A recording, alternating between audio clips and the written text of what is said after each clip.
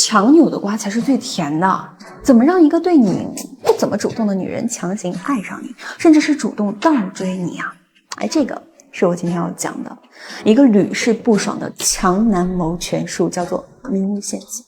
如果你觉得纯爱至上啊，那我觉得你可以不用继续看了，因为我接下来讲的这些认知，如果一旦进入到你的脑海，你可能真的会改变一生的。那好，什么是迷雾陷阱？首先你要知道，人都不想被别人骗，但是都喜欢被自己骗。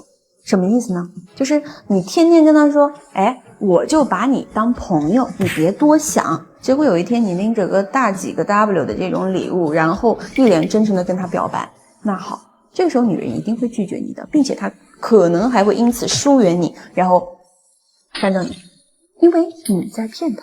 她会想，我把你当兄弟，你竟然想跟我谈恋爱。所以你想让一个女人爱上你，那你就要让她自己去骗她自己。这个就是迷雾陷阱的底层逻辑。什么意思？就是将陷阱放在她面前，告诉她千万不要做了，做了就会怎么怎么样啊。比如说你可以跟她讲，跟我约会可千万别打扮得太漂亮了啊，不然我怕我管不住自己。而这个时候她一定会花更长的时间去打扮自己。你还可以跟她说什么？千万不要对我太好了哟，因为我这个人是很容易心动，很容易被人的真诚打动的。那这个时候他一定会加倍的去在意你，对你产生征服欲，因为人都有一个逆反心理，你越不要他做什么，他就越想去做。不信的话，我们再做个实验啊！我现在跟你说啊，脑子里现在可千万别去想一只粉色的熊。OK， 你现在脑子里在想什么？是不是一下就想到一只粉色的熊？你看，这个就是人脑的奇妙之处。所以说白了，迷雾陷阱它其实就是阳谋。你把陷阱摆在他面前，你说千万别跳啊，跳了你可能会爱上我。那他就算不爱你，也没有想过要爱你，但他也会不由自主的跳下去，就这么简单。很多高段位的渣女，她凭什么把你甩得团团转？也就是这个逻辑。她跟你说的每一句话都是实话，但唯独隐藏了你不愿意听，或者说她不想让你听的那一部分啊。接着呢，就会导致你对事实的一个误判啊，所以你就会被渣。而这个呢，就是蒙太奇式谎言。比如他跟你说，我前男友太可怕了啊，他不想分手，他就天天来门口堵我。那这个时候你肯定会同情他，觉得这个男的也太偏激了吧，然后你就会不由自主的想要去保护他，去治愈他。但是你不知道的是，他很可能隐藏了一个重要的真相，那就是这个男人可能一直在被他 CPU， 那个男人对他付出太多了啊，却没有得到任何的回报啊，所以那个男人不甘心，所以才铤而走险。现在你知道事情的全貌了，你还会同情他吗？也不会了，对吧？因为你怕自己也沦落到和她前男友一样的下场。所以为什么我总是强调不要学技巧，要去学人性？因为当你读懂了人性，你就能从底层逻辑出发，在不同的场景去攻入你。那如果你听到这里还觉得没听懂，随时来滴滴啊。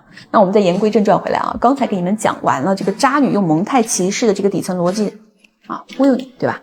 那你是不是也可以师夷长技以制夷呢？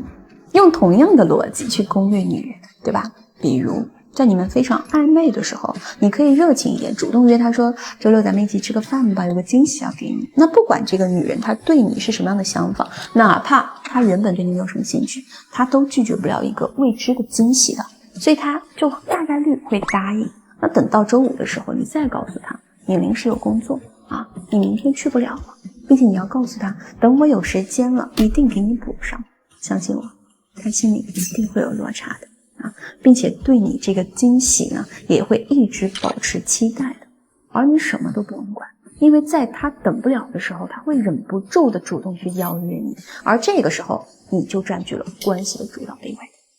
再比如，你可以经常跟他说什么，我很讨厌只想索取不付出的女生，我很讨厌女生不真诚。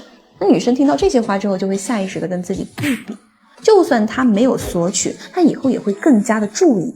可是她不知道的是什么？当她有了这个意识的时候，其实就已经在迎合你了，在为你改变她自己了。所以说，迷雾陷阱可以说是恋爱中的作弊神器。如果你使用得当，那就没有你搞不定的女生。但是兄弟们，你们也要记住，不要伤害任何一个女生，毕竟双向奔赴的感情来之不易，得到了就要好好珍惜。那我今天呢就讲到这儿，还是那句话，弱者才会去钻研什么情感和技巧，而强者都会识人心用人心。我是肖哥，下课。